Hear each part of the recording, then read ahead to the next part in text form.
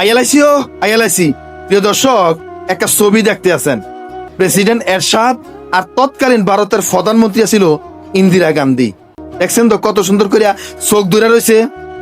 Indira Gandhi president এরশাদের চোখে দূরে কয়, দোস্ত বান্ধবী তুমি কিছু দেখো না বন্ধু, তোমার কিছু দেখার দরকার নাই। আসলে এটার বিবরণটা আমি কয়াম।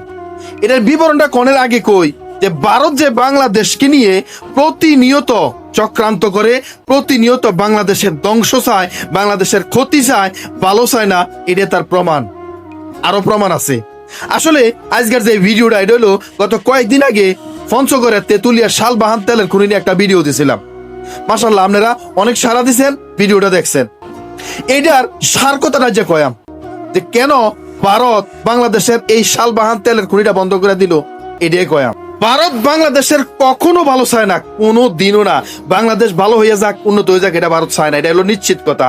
নাইলে দেখেন 1988 সালের 10 এপ্রিল তৎকালীন রাষ্ট্রপ্রধান হোসেন মোহাম্মদ এরশাদ প্রায় 35 কোটি টাকা ব্যয়ে এই শালবাহান তেলের খনিটার তেল উত্তোলনের উদ্বোধনী অনুষ্ঠান করেছিলেন। ফ্রান্সের একটি পেট্রোলিয়াম কোম্পানি জরিফ চালিয়ে মাটির প্রায় 8000 গভীরে বাণিজ্যিক ভিত্তিতে উত্তোলনের মতো প্রচুর পরিমাণ তেল মজুদ থাকা বিষয় নিশ্চিত করেছিলেন। আর এজন্য প্রেসিডেন্ট এরশাদ এই শালবাহান তেলের খনি উদ্বোধন করে 1 সপ্তাহ যাবত তেল উত্তোলন করছেন। 1 সপ্তাহ পরে যাইয়া যখন পূর্ণ উদ্যমে কাজ শুরু হয়, হঠাৎ করে ফ্রান্সের কোম্পানিটি, ফরাসি কোম্পানিটি কাউকে কিছু না জানাইয়া রাতের আধারে তাদের সমস্ত সরঞ্জাম গুটিয়ে নেয় এবং খনন করা কূপগুলোর মুখ একেবারে সীসা গালাইয়া সিলগালা করে দেয়, ডালাই মেরা দেয় একবারে। এখন এই ঘটনাটা কেন ঘটছে এটা জানা দরকার না? এটা তো অবশ্যই জানা দরকার। দেখেন 1988 সালে প্রেসিডেন্ট এরশাদ বাংলাদেশের 35 কোটি টাকা ব্যয় করিয়া তেল উত্তোলন উদ্বোধন করলেন। 1 সপ্তাহ তেলও উঠলো। তেল ওঠার পরে হঠাৎ করিয়া রাতের আধারে এই ফরাসি কোম্পানি, যে কোম্পানিরে প্রেসিডেন্ট এরশাদ এটার দায়িত্ব দিছিলেন, কাজ দিছিলেন, হঠাৎ করিয়া রাতের আধারে কেন তারা এটা বন্ধ করে দিল, একদম মুখগুলারে সীসা ডালাই করে দিল? অজানা এক হেলিকপ্টার আইছে, ইয়া ফরাসি কোম্পানির লগে চুক্তি করছে যে তোমরা এটা বন্ধ করো, এটা তোমরা কইরো না, এটা সিলগালা করো। একবারে তারা চুক্তির সাথে তারা অ্যাডজাস্ট হয়ে গেছে, দুই পক্ষ অ্যাডজাস্ট হইয়া একবার এটার মুখটারে সিলগালা করে একবারে যাবজ্জীবনের লাগে বন্ধ করে দিছে।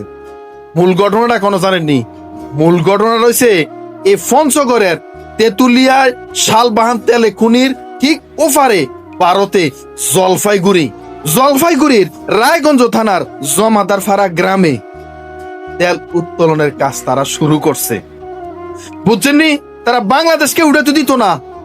বাংলাদেশ উন্নত হয়ে যাবে এটা তারা দেখতে পারে না, তাদের চোখের লীলাও সহ্য হয় না, তারা সহ্য হয় না বাংলাদেশ আগো তেল দিয়ে বাংলাদেশ উন্নয়ন হইয়া যাইব, ভারতের রুফিতে যাইব, তারা সহ্য হয় না। হেন কিন্তু তেলের কোনো মুখ টুক নাই, কোনো খনি পাওয়া যায় নাই। জলপাইগুড়িতে যাইয়া তারা এটা বন্ধ করে দিয়া যে না, এটা হেন করণ যেত না। তারা ওখানে ড্রিলিং কাজ শুরু করছে, তারা ওখানে তেল টোয়ান শুরু করছে, ওখানে ড্রিলিং কাজ করা শুরু করছে, কইরা তারা এটা মুখ বানানোর চেষ্টা করতে আছে।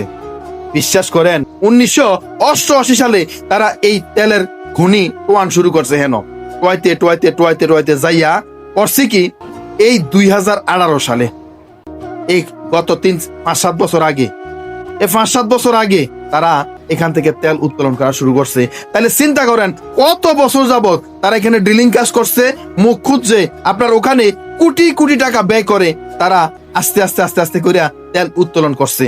এখন তারা তেল মোটামুটি যতটুকু গাইটা গুইটা তথ্য পাইলাম যে তারা মোটামুটি তেল উত্তোলন ওখানে করতে আছে, বাণিজ্যিক হারে করতে আছে।